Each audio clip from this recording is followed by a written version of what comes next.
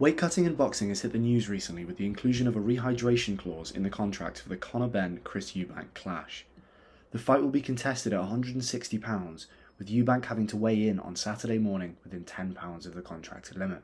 I feel with this rehydration clause, it's not very safe. It depends on how much he rehydrates between getting on the scales at 1 o'clock on Friday and then getting back on the scales at 10 o'clock Saturday morning.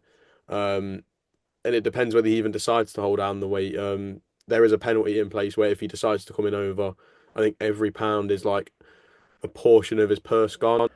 Fighters in the past have had their chances slashed due to bad weight cuts, which take a serious toll on the body before competing.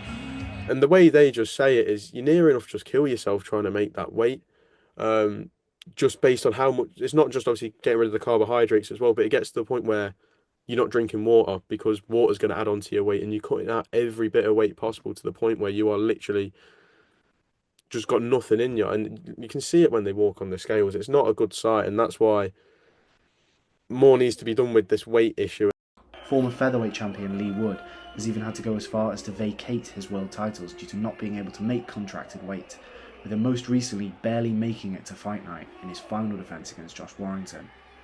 Speaking to people in the industry, it's become a bit more of a well-known fact now that it was getting to a stage at Lee Wood's career where he was actually getting carried out of weigh-ins by security because of how bad he was at the weight, because he was just dead. He had nothing in his system. And that's the thing, obviously, you mentioned, obviously, Lee Wood having the off nights and getting knocked out and having really bad performances due to the weight. And I fear that's what we're going to see with Eubank Jr. this weekend.